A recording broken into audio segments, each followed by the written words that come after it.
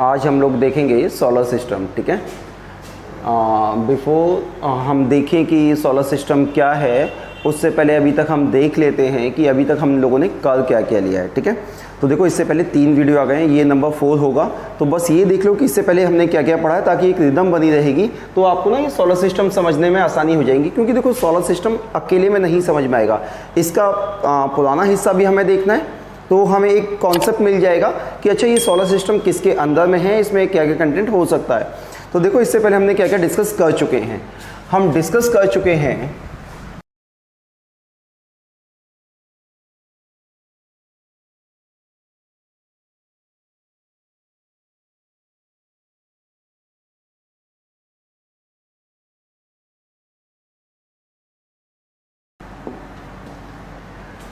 देखो, हम देखें सोलर सिस्टम, उससे पहले हम देख लेते हैं कि अभी तक हम लोगों ने कर क्या क्या लिया है, ठीक है।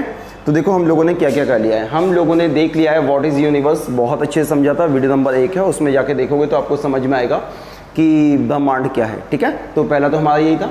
सेकेंड था, हमने ये भी देखा था कि ओरिजिन ऑफ गैलेक्सीज, गैलेक्सीज का उद्भव कैसे हुआ, वो हमने देखा था। There are 3 types of galaxies हमने देखी, तो हमने गैलेक्सीज देखी, ठीक है। और उसके बाद व्हाट इज अ गैलेक्सी, हमने ये समझा कि गैलेक्सी क्या है। फिर हमने देखा टाइप्स ऑफ गैलेक्सी देखा हमने, और उसके बाद हमने हमारा वीडियो नंबर 3 था, जिसमें देखा था ओरिजिन ऑफ स्टार्स, तारों का जन्म कैसे होता है। क्योंकि अंतिम में यूनिवर्स फॉर्म ही किससे होता है, स्टार से, प्लैनेट से, इन सब से। तो हमने ये देखा था कि ओरिजिन ऑफ स्टार्स, तो उससे हमें एक कॉन्सेप्ट पता चल गया कि ये ब्रह्मांड कैसे बना, या इसमें इसकी उत्पत्ति कैसे हुई, वो सारी चीज़ें हमने इसमें देखी थी।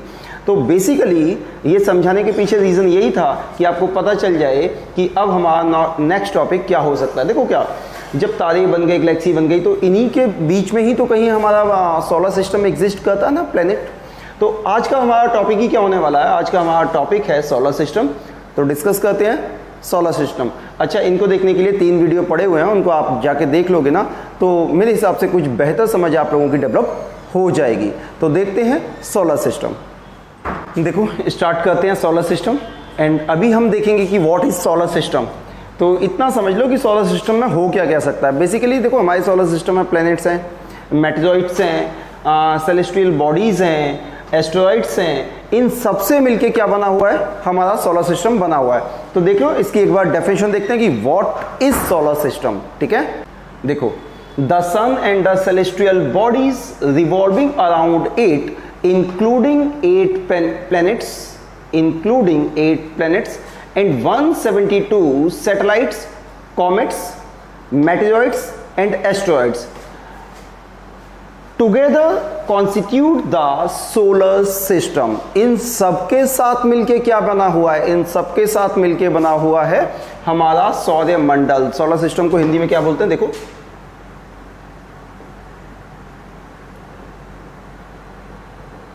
सौर मंडल। तो आज हम बेसिकली देख क्या रहे हैं, सौर मंडल। सौर मंडल किससे निर्मित है, सूर्य से, ग्रहों से, उपग्रहों से, धूमकेतु से, उल्कापिंड से और शुद्ध ग्रहों से मिलके बना हुआ है हमारा सौर मंडल। समझ में आया। अब हम इसको एक चार्ट के थ्रू देख लेते हैं कि सौर मंडल में प्लैनेट्स की पोजीशंस कैसी है, ठीक है। तो देखते हैं डायग्राम से। देखो, सोलर सिस्टम की हम लोग हिंदी में डेफिनेशन देख लेते हैं कि हिंदी में सोलर सिस्टम को क्या हो जाएगा।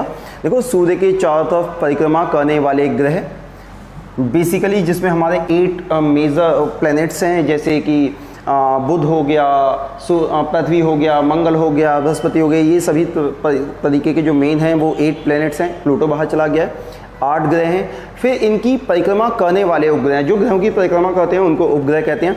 जैसे कि पृथ्वी का एक नेचुरल सैटेलाइट है, मून है, मंगल के 2 हैं। इस तरीके से ग्रहों की परिक्रमा करने वाले ग्रहों को उपग्रह कहते हैं, ये भी हमारे सोलर सिस्टम का हिस्सा है। इसके अलावा धूमकेतु यानी कि कॉमेट्स जो ऊपर घूम रहे हैं, सारे धूमकेतु हो गए, उल्कापिंड हो गए, शुद्ध ग्रह हो गए, इनको विस्तार से एक एक की डेफिनेशन के साथ हम देखेंगे। अभी इतना जान लेते हैं कि ग्रह, उपग्रह, धूमकेतु, उल्कापिंड, शुद्ध ग्रह इंक्लूडिंग सूर्य के साथ मिलकर सभी ग्रहों की व्यवस्था को हम सौर मंडल कहते हैं। अब एक डायग्राम के थ्रू मैं ये पूरा बना देता हूँ, फिर एक एक ग्रह को हम एक्सप्लेन कर लेंगे, ठीक है। देखो हम देखते हैं कि हमें देखो सोलर सिस्टम में पढ़ना क्या क्या है। तो एक बार रफली क्वेश्चन डिस्कस कर देता हूँ, उसके बाद यहाँ सारा लिख दूंगा तो आप लोगों को समझ में आ जाएगा। देखो हमारे सोलर सिस्टम में 8 प्लैनेट हैं, इन और 9वां कौन सा हो जाएगा, सन हो जाएगा। हमने प्लूटो को क्या कर दिया, इससे बाहर कर दिया है। अब देखो सोलर सिस्टम से हमारे सामने प्रश्न कैसे कैसे आते हैं। सबसे पहला तो प्रश्न यही होता है कि इनको ऑर्डर के अकॉर्डिंग आपको लर्न करना होता है। आपसे कभी कभी पूछ लेता है कि बताओ अर्थ किन 2 प्लैनेट के बीच में है, तो शुक्र और मंगल के बीच में क्या है, अर्थ है। फिर आपसे पूछ लेगा कि बताओ सन के क्लोजेस्ट कौन सा प्लैनेट है, तो वो कौन सा हो जाएगा, वो हो जाएगा बुध। सन के क्लोजेस्ट कौन सा प्लैनेट है, बुध है। फिर आपसे पूछ लेता है बताओ सबसे चमकीला प्लैनेट, तो वो कौन सा हो जाएगा, शुक्र हो जाएगा। ट्विंस प्लैनेट पूछ लेता है तो शुक्र और पृथ्वी हो जाएगा, यानी वीनस और अर्थ हो जाएगा। और अर्थ से क्वेश्चन क्या आता है, देखो अर्थ एक नीला प्लैनेट है और एकमात्र ऐसा ग्रह है हु सपोर्ट द लाइफ, ठीक है, जीवन को सपोर्ट करता है। इससे देखो अब कैसे और प्रश्न आ जाते हैं। अर्थ से शुरू करते हैं। अर्थ का एक नेचुरल सैटेलाइट है मून, इसके 2 हैं, इसके 63 हैं, कुछ बुक्स में 67 मिल जाएंगे। बस कुल मिला के बात इतनी सी है कि अगर आपसे पूछ ले कि सबसे ज़्यादा नेचुरल सैटेलाइट किसके हैं, तो वो किसके हो जाएंगे, बृहस्पति के हो जाएंगे, ठीक है। इसके अलावा सैटर्न, दूसरे सबसे ज़्यादा नेचुरल सैटेलाइट अगर किसी के हैं तो वो सैटर्न के हैं। और जुपिटर का साइज में सबसे बड़ा है, तो वो एक क्वेश्चन आपका इससे बन जाता है। इसके अलावा सैटर्न के चारों तरफ आपको रिंग दिखाई देते हैं, जिनको बोलते हैं वलय या छल्ले या रिंग। देखो कैसे, ये हमने मान लिया सैटर्न है, सैटर्न को गोल कर देते हैं ऐसे, हमने मान लिया सैटर्न है। इसके चारों तरफ इस तरीके से रिंग हमें दिखाई देते हैं। तो पूछ लेता है कौन सा प्लैनेट है जिसके चारों तरफ हमें रिंग्स दिखाई देते हैं, ठीक है। अच्छा, इसके अलावा इन 2 से तो बहुत ज़्यादा प्रश्न नहीं आते हैं, आपको इन्हीं से आते हैं। इसके अलावा इनसे एक और प्रश्न है। इन प्लैनेट्स को बोलते हैं इनर प्लैनेट्स और इन प्लैनेट्स को बोलते हैं आउटर प्लैनेट्स। इनको क्या बोल देंगे, आंतरिक ग्रह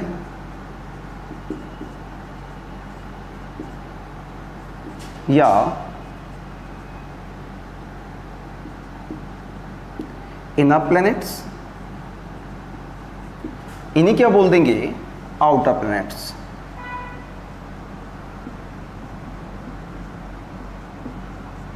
इन्हीं को बोला जाता है जोवियन प्लैनेट्स।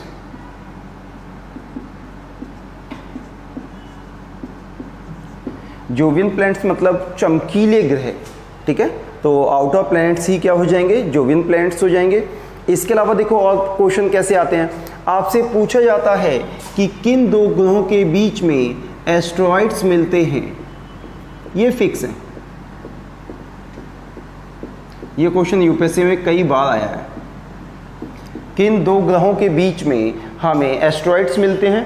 एस्ट्रॉइड्स इनको हिंदी में बोलते हैं शुद्ध ग्रह। शुद्ध ग्रह किसके बीच में पाए जाते हैं, मंगल और बृहस्पति की कक्षा में ये पाए जाते हैं। इसके अलावा क्वेश्चन क्या बनता है कि बताओ किन 2 ग्रहों के बीच में सबसे ज़्यादा डिस्टेंस है। तो सबसे ज़्यादा डिस्टेंस किसके बीच में है, मार्स और जुपिटर के बीच में। इस तरीके से इनसे क्या बनते हैं, प्रश्न बनते हैं।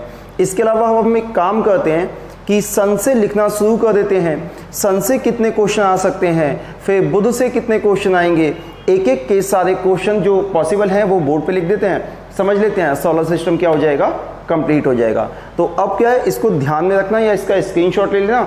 जैसे मैं सन पढ़ाऊँ तो आपको पता होना चाहिए कि सन की पोजीशन कौन सी है, ठीक है।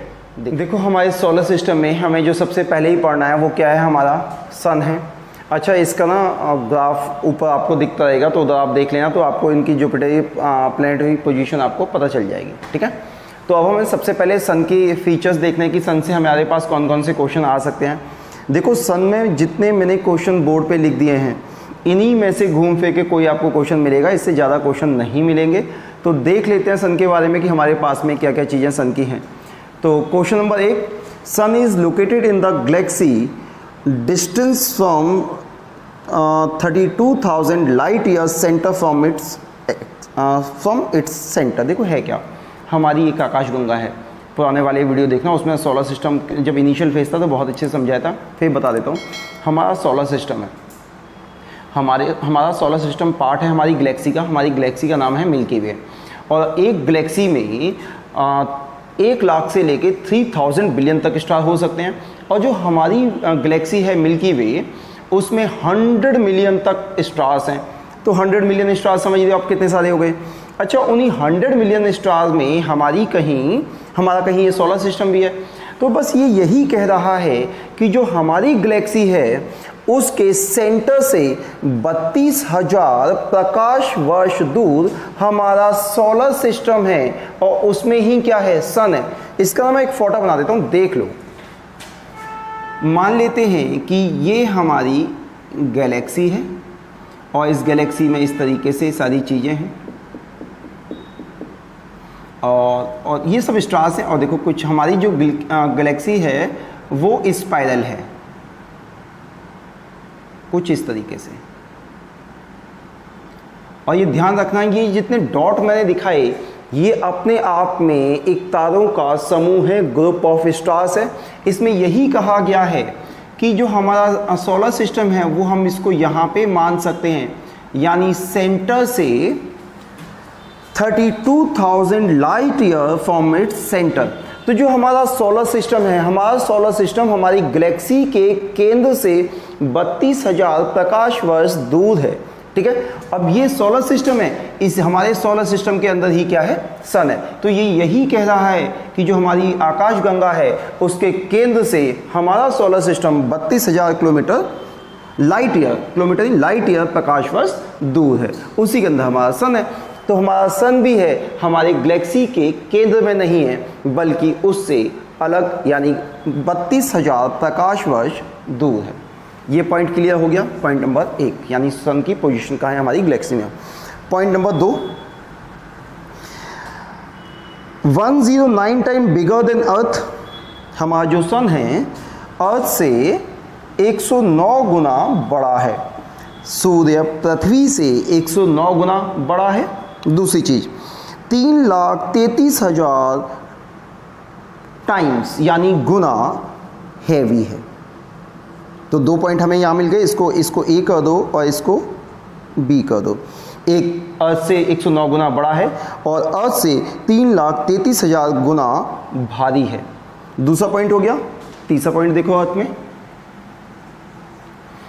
Revolves around the centre 250 millions year, इसको बोलते हैं कॉस्मोस ईयर। अब देखो ये क्या कह रहा है, ये जो है ना 32,000 लाइट ईयर दूर है सेंटर से, ये ऐसे घूमना शुरू करेगा। ये पूरा का पूरा हमारा सोलर सिस्टम है एक, ये ऐसे जब घूमेगा यूं करके चक्कर लगाएगा, इसको पूरा चक्कर लगाने में 250 मिलियन ईयर्स लगते हैं। कितने? 250 मिलियन ईयर, और इसी को कहा गया है कॉस्मोस ईयर। बात समझ में आ गई? यानी सूर्य को इंक्लूडिंग अवर सोलर सिस्टम, हमारी पूरी गैलेक्सी का चक्कर लगाने में 250 मिलियन वर्ष लगते हैं। ठीक है, ये पॉइंट भी क्लियर हो गया। पॉइंट नंबर 3 है। 3 का सेकंड पॉइंट है वेलोसिटी पूछता है, स्पीड पूछता है। तो सन की जो स्पीड है वो 250 किलोमीटर पर सेकंड की रफ्तार से सन चल रहा है। ठीक है, और देखो सेकंड थर्ड पॉइंट हो गया। अब देखो फोर्थ पॉइंट, सन का अर्थ से जो डिस्टेंस है वो कितना है? 150 millions distance from the earth. Simple समझ लो, सूर्य की पृथ्वी से जो दूरी है वो लगभग 15 करोड़ किलोमीटर है। कैसे? ऐसे समझ लो, ये सन है, ये अर्थ है। अच्छा, ये डिस्टेंस फिक्स नहीं है, ये डिस्टेंस भी फिक्स नहीं है। अगर हम जनवरी की बात करें तो सन अर्थ के नज़दीक आ जाता है, सन अर्थ के नज़दीक आ जाएगा और उस समय 14.70 करोड़ किलोमीटर दूर रहेगा। और जब इसकी अधिकतम दूरी होगी वो कब? जनवरी में पास है। ठीक, जुलाई में सन पृथ्वी से सबसे दूर चला जाता है 4 जुलाई को। 4 जुलाई में सन की अर्थ से सबसे ज़्यादा डिस्टेंस होता है, वो होता है 15.20 करोड़। शुरू करें, देखते हैं। देखो हमने देख लिया कि अर्थ पास में कब होगी सन के। अर्थ पास में होगी जब हमारे यहाँ सर्दियाँ पड़ती रहती हैं, और ये बात है 3 जनवरी की। और अर्थ से सन दूर कब होगा? 4 जुलाई को 15 करोड़ किलोमीटर। और अच्छा देखो अभी ना ये डाइजेस्ट नहीं हो रहा होगा, इसको ना आगे डिस्कस करेंगे, इस पर पूरा चैप्टर है एपीहीलियन पेरीहीलियन, उसमें यही समझाना। तो अभी बस इतना समझ लो कि दूर कब होता है, पास कब होता है। तो हमारा ये क्वेश्चन भी कंप्लीट हो गया। इसके अलावा आपसे एक बहुत फेमस क्वेश्चन है कि बताओ सूर्य से धरती पर प्रकाश कितनी देर में पहुंच जाता है। तो light takes 8 minute 20 second travel from sun to earth, यानी सूर्य से पृथ्वी पर प्रकाश पहुंचने में कितना टाइम लगता है? टाइम लगता है 8 मिनट 20 सेकेंड। एक ये भी क्वेश्चन हो गया, 5 हो गए। अब देखो छठा, इससे भी प्रश्न आपको आ जाता है, केमिकल कॉम्पोजिशन ऑफ सन। अच्छा देखो है क्या, सन में 71% हाइड्रोजन है एंड 26.5% हीलियम है, 2.5% हैवी एलिमेंट है। अच्छा अब देखो सन की जो एनर्जी का सोर्स है वो क्या है? वो है न्यूक्लियर फ्यूजन। न्यूक्लियर फ्यूजन में क्या होता है, दो छोटे छोटे एटॉमिक पार्टिकल मिलके एक बड़े पार्टिकल में कन्वर्ट होंगे और बहुत सारी एनर्जी क्या होती है, रिलीज होते हैं। तो दो छोटे सेंटर मिलके एक बड़ा सेंटर बनाएंगे और बहुत सारी एनर्जी रिलीज करेंगे। और ये क्वेश्चन इतना पेट है ना कि मतलब ये तो आना ही चाहिए कि सूर्य में नाभिकीय संलयन होता है या नाभिकीय विखंडन होता है, इसको संलयन कहते हैं। और मतलब इतना फेमस क्वेश्चन है कि हर जगह ही पूछा जाता है। Source of energy nuclear fusion, यानी दो छोटे छोटे सेंटर मिलके एक बड़ा सेंटर बनाएंगे, बहुत सारी एनर्जी रिलीज करेंगे, यानी हाइड्रोजन कन्वर्ट होगी हीलियम में। और सन की एनर्जी के पीछे जो मेन है वो क्या है, हाइड्रोजन और हीलियम है। इसके अलावा सूर्य अपने अक्ष की परिक्रमा कितने दिन में कर लेता है? 24.25 दिन में सूर्य अपने अक्ष की परिक्रमा कर लेता है। यह क्वेश्चन हो गया 8th। 9th, 9वां क्वेश्चन देख लो। सन की ग्रेविटी जो है वो अर्थ से 28 गुना ज्यादा है। अर्थ की ग्रेविटी से क्या हो जाएगा, 28 गुना ज़्यादा हो जाएगी। और जो हमारा 10वां क्वेश्चन है सन से, वो है सन की एज पे कि सूर्य की उम्र कितनी है। तो ये है 5 बिलियन ईयर। इसका मतलब है कि ये 5 अरब वर्ष पुराना तारा है। अच्छा लगभग 5 अरब वर्ष पुराना ये है। और हमारे सोलर मास का सबसे बड़ा जो सबसे हमारे सोलर सिस्टम का जो सबसे ज़्यादा मास है वो सन में 99% मास है। तो हम ये मान सकते हैं कि हमारे सोलर सिस्टम की एज भी कितनी होगी, लगभग 5 अरब वर्ष। अब देखो सन से कितने क्वेश्चन हो गए, सन से मिला के हो गए टोटल 10 क्वेश्चन। और मुझे लगता है कि इन्हीं में से कोई ना कोई क्वेश्चन आपको आ जाएगा। इससे ज़्यादा इन्फॉर्मेशन सन से नहीं पूछी जाती है। तो एक बार ये 10 क्वेश्चन अच्छे से कर लिए तो सन में जो भी होगा वो आपका फंस जाएगा। ठीक है, अब सन से कुछ क्वेश्चन और देख लेते हैं। मतलब ऐसा नहीं है कि वो आएंगे, लेकिन हाँ थोड़ी सी इन्फॉर्मेशन है काम की है, उसको भी समझा देता हूँ। तो सन क्या हो जाएगा, सन हो जाएगा कंप्लीट। देखो अभी हमने थोड़ा सा सन की इन्फॉर्मेशन देखी, अब थोड़ा सा सन के स्ट्रक्चर की इन्फॉर्मेशन देख लेते हैं। तो फिर मुझे लगता है कि इसी देखो फिर कोई क्वेश्चन आपका सन के बाहर नहीं जाएगा। यूपीएससी दे देना, पीसीएस दे देना, कुछ भी दे देना, मतलब आएगा इसी में से। जो हमने सन को अभी डिस्कस कर लिया है उसके बाहर से तुम 10 साल के पेपर उठा के भी देख लोगे ना यूपीएससी वाले, तो सन से उसके बाहर इन्फॉर्मेशन नहीं गई होगी। इससे पहले देख लिया आपने, थोड़ी सी इन्फॉर्मेशन और देख लो। कोर पार्ट, सन का जो कोर पार्ट है वहाँ पे टेम्परेचर कितना है, 1.5 crore degree Celsius. 1.5 crore degree Celsius तापमान होता है। और ये जो टोटल है, जो सेंटर का जो टोटल है वो 25% ऑफ द रेडियस ऑफ सन है। ठीक है, यानी कि बीच में जो 25% जो एरिया है सन का, उसका तापमान सबसे ज़्यादा है 1.5 करोड़ डिग्री सेल्सियस, यानी सेंटर पे। ठीक, अब देखो फोटोस्फीयर होता है। फोटोस्फीयर क्या होता है, visible surface of sun known as photosphere. अच्छा, जो जिस हिस्से को हम लोग अपनी नंगी आंखों से देख पाते हैं वो क्या है, फोटोस्फीयर। हिंदी इंग्लिश में फोटोस्फीयर एक सी रहेगी, यानी सूर्य का वह हिस्सा जो हम नंगी आंखों से देख लेते हैं उसको फोटोस्फीयर बोलते हैं, और जो इसका तापमान होता है वो 6000 डिग्री सेल्सियस। देखो कितना डिफरेंस है। ब्लैक होल होगा इसमें सन में, वो देखो तारे का जन्म वाला देख लेना आप वीडियो, तारे का जन्म, तो इसकी भी हमें पता चल जाएगा कि सन की मौत कैसे होनी है। अंदर कितनी हीट है, अंदर देखो तापमान देखो, तो अंदर जो हाइड्रोजन है हीलियम में बहुत तेज़ी से बदल रही है, उतना बाहर सरफेस में नहीं हो रहा है। तो ये कुछ ही दिनों में बड़े जाइंट तारे में, मतलब एक जाइंट रेड स्टार में कन्वर्ट होगा ये, ठीक है। तो उस वीडियो को जरूर देखना, तारे का बर्थ और उस लाइफ साइकिल ऑफ और स्टार, ठीक है। एक हो गया, दूसरा हो गया, थर्ड देखो कोरोना। कोरोना क्या होता है? Seen by the time of solar eclipse. अब देखो ये कैसा दिखेगा वो देख लो। ये सन है, ठीक है, ये मून है,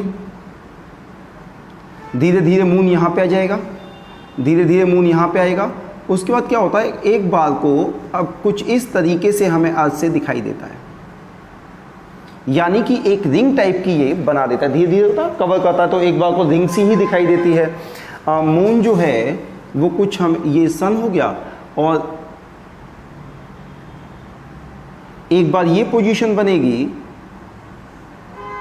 एक बार ये पोजीशन बनेगी, और फिर धीरे धीरे जाके इसमें सेट हो जाएगा, तो फिर कुछ इस तरीके की पोजीशन, पहले ये बनेगी फिर ये होगी। और ये टोटल जब एक्लिप्स होगा ना, ये पार्शली नहीं, फुल जब सोलर एक्लिप्स होगा तो ऐसा बनेगा। तो इसी को क्या कहा गया है corona? Seen by the time of solar eclipse known as corona. Corona क्या है? ये जो छोटी सी हमें रिंग दिखाई दे रही है, इसी को क्या कहा गया है? कोरोना कहा गया है, ठीक है। अब सन स्पॉट्स क्या होते हैं? सूर्य पे धब्बे। देखो क्या होगा, temperature these spots is 1700 kelvin less than of the surrounding surface. अच्छा देखो, पूरे सन पे एक बराबर हीट या एक बराबर तापमान नहीं होगा, कुछ जगहों पे ज़्यादा होगा, कुछ जगहों पे कम होगा। जहाँ पे कम होगा वो एरिया कॉम्पेटिवली डार्क हो जाएगी, काली सी। अच्छा, चारों तरफ बहुत ज़्यादा आग जल रही है, बीच में जहाँ पे कम है वो हल्की सी हो जाएगी, लो सेल्सियस वाली हो जाएगी, तो वो डार्क दिखाई देगी। तो देखो होगा क्या, temperature these spots is 1700 kelvin less than of surroundings surface. जब बाहर के मुकाबले में अंदर का तापमान कितना कम है, 1700 केल्विन से कम होगा, तो वहाँ पे क्या बनेंगे? सन स्पॉट्स कहलाएंगे। ये दो तरीके के होंगे, अम्बरा और पेनुम्बरा। आपसे सिंपल इतना पूछा जाएगा, अम्बरा और पेनुम्बरा है क्या, ये नहीं बताएगा वो क्या है, तो आपको ऊपर ऑप्शन रहेगा कि ये सन स्पॉट्स के नाम है, तो आपको बता देना है। अच्छा देखो, इसमें भी क्या है, जहाँ पे कम, बहुत ज़्यादा टेम्परेचर कम है तो और ज़्यादा काला दिखाई देगा, तो वो अम्बरा है, यानी जो डार्कर है, ठीक है। पेनुम्बरा क्या हो जाएगा, जहाँ पे इसके मुकाबले में टेम्परेचर थोड़ा सा ज़्यादा है। लेकिन ये दोनों ही चीज़ें हैं क्या? दोनों ही हैं सन स्पॉट, और ये कर लेना बड़े ध्यान से। आपको ये नहीं पूछेगा सन स्पॉट क्या है, अम्बरा और पेनुम्बरा करके वो पूछ लेगा, तो आपको क्या करना है, आपको बता देनी है, ठीक है। सन में मुझे लगता है कि मोर देन सफिशिएंट इन्फॉर्मेशन है, इससे ज़्यादा नहीं पूछेगा। और अब जो हमें करना है, अब हमें करना है वो बुध करना है, ठीक है। तो अब हम देखते हैं बुध को। सन के बाद हमें देखना है मरकरी। मरकरी मतलब बुध हमें देखना है। इसमें देख लेते हैं। देखो इसमें बहुत ज़्यादा क्वेश्चन बनते ही नहीं आपके, क्या क्या क्वेश्चन बन रहे हैं वो देख लो। नियरेस्ट टू द सन, हमने डायग्राम बनाया था, उसमें देखा था सन के सबसे नज़दीक है, तो पहला प्रश्न तो हमारा इसके साथ में ये हो गया। फिर से प्रश्न आता है इसके रोटेशन पीरियड और रेवोल्यूशन पीरियड। यह सूर्य की परिक्रमा,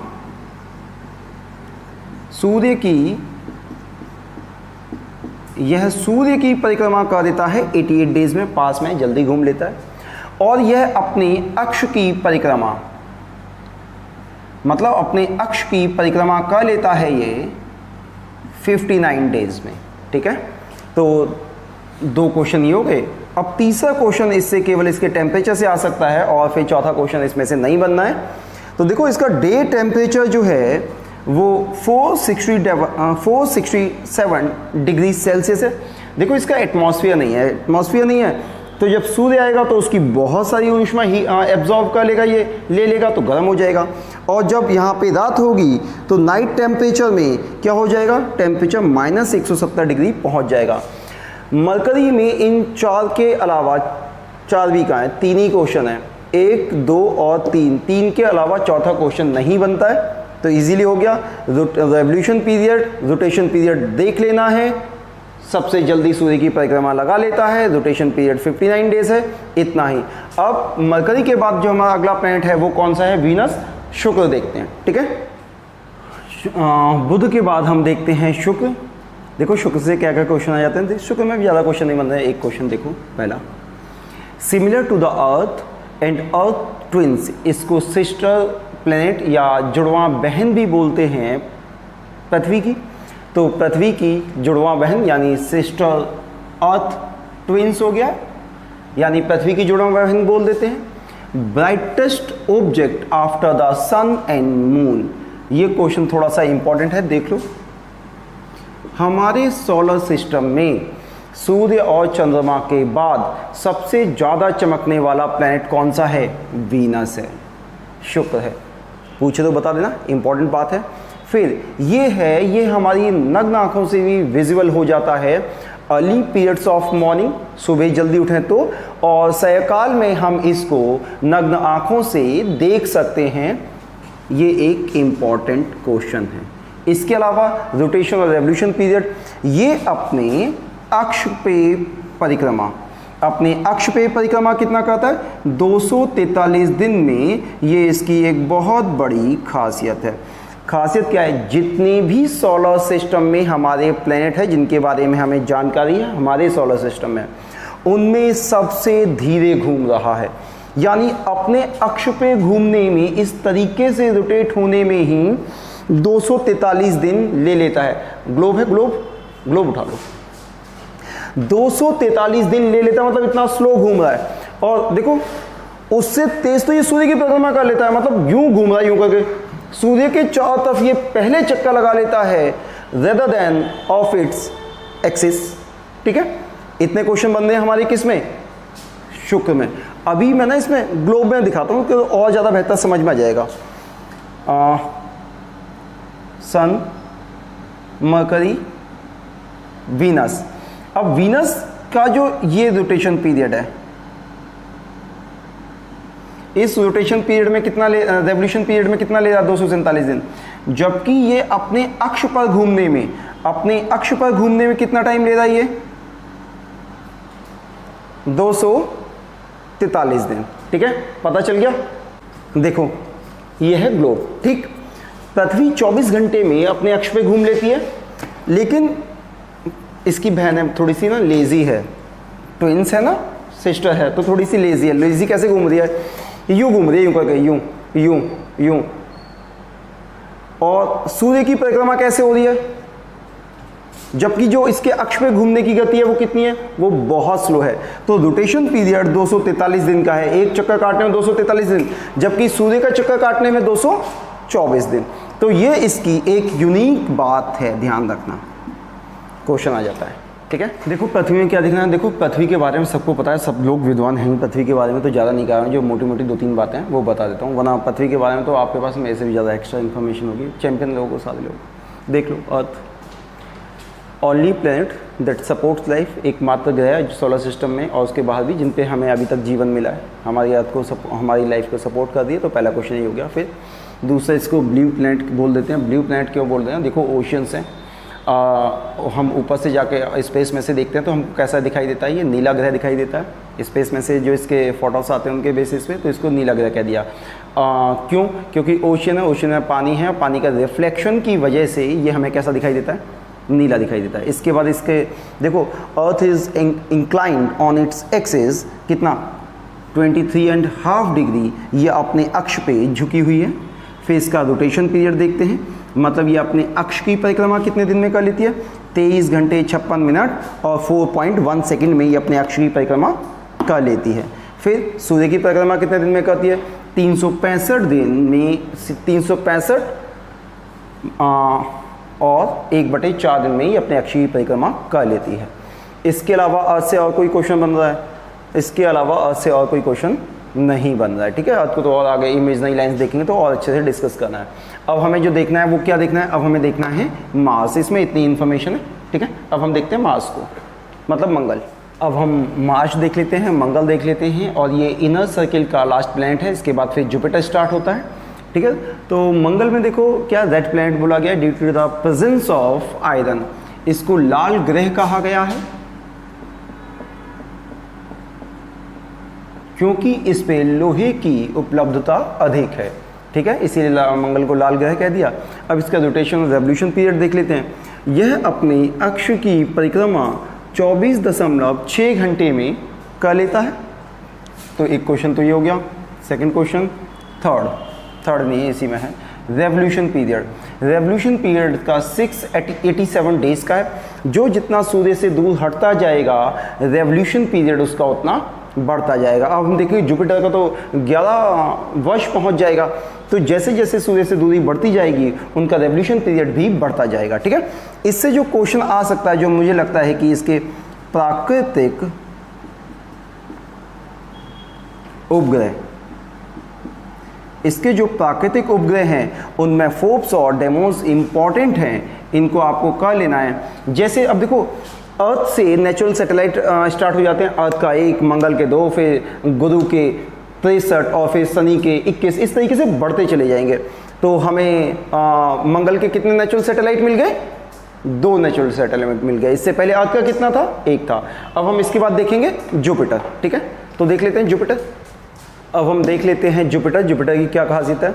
biggest planet of solar system, हमारे सौरमंडल का सबसे बड़ा ग्रह है, तो एक इंपॉर्टेंट बात है ये, ठीक है। फिर इसका रेवोल्यूशन और रोटेशन पीरियड देख लेते हैं। अच्छा देखो, हमने मरकरी का देखा था कि रोटेशन पीरियड बहुत स्लो है, लगभग 243 दिन में वो अपने अक्ष पे परिक्रमा करता है, जबकि जुपिटर का जो स्पिन पीरियड है, जो इसका रोटेशन पीरियड है, दैट इज वेरी फास्ट। मतलब जितने भी हमारे सोलर सिस्टम में प्लेनेट हैं सबसे तेजी से स्पिन कर रहा है, यानी बहुत तेजी से स्पिन हो रहा है। केवल अपने अक्ष की परिक्रमा कितने दिन में कर रहा है? 9.9 आवर्स में ये कर लेता है, वेरी फास्ट स्पिन। तो मरकरी में और इसमें एक कंपैरिजन हो जाएगा, वो सबसे धीरे, ये सबसे तेज।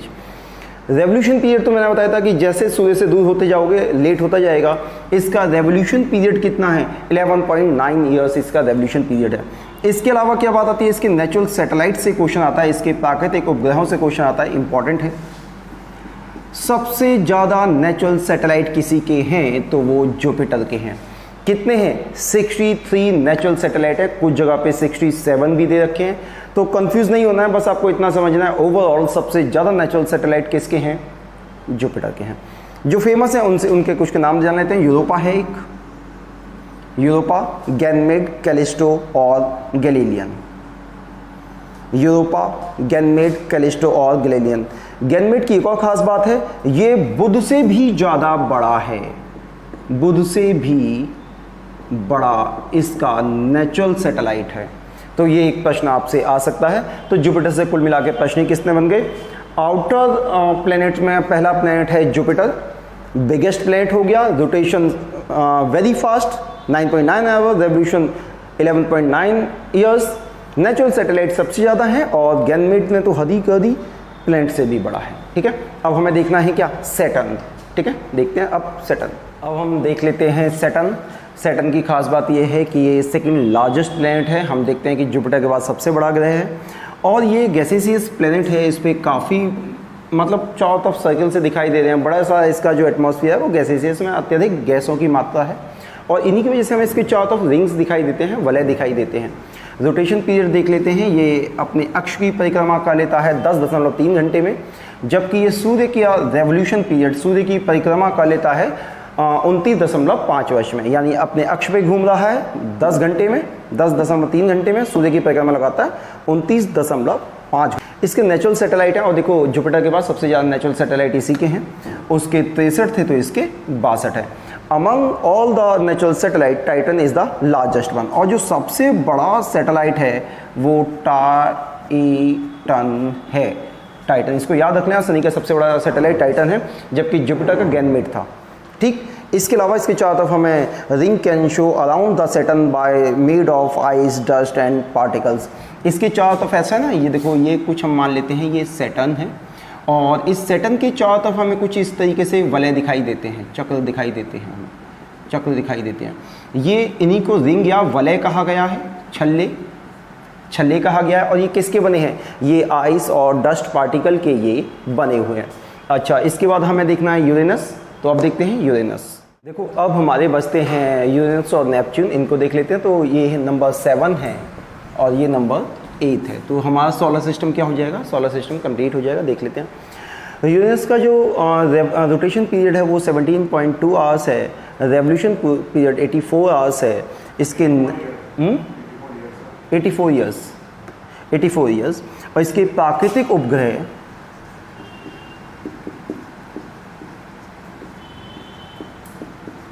इसके जो प्राकृतिक उपग्रह हैं वो 27 इसके नेचुरल सैटेलाइट हैं और नेपच्यून के जबकि 13 नेचुरल सैटेलाइट हैं।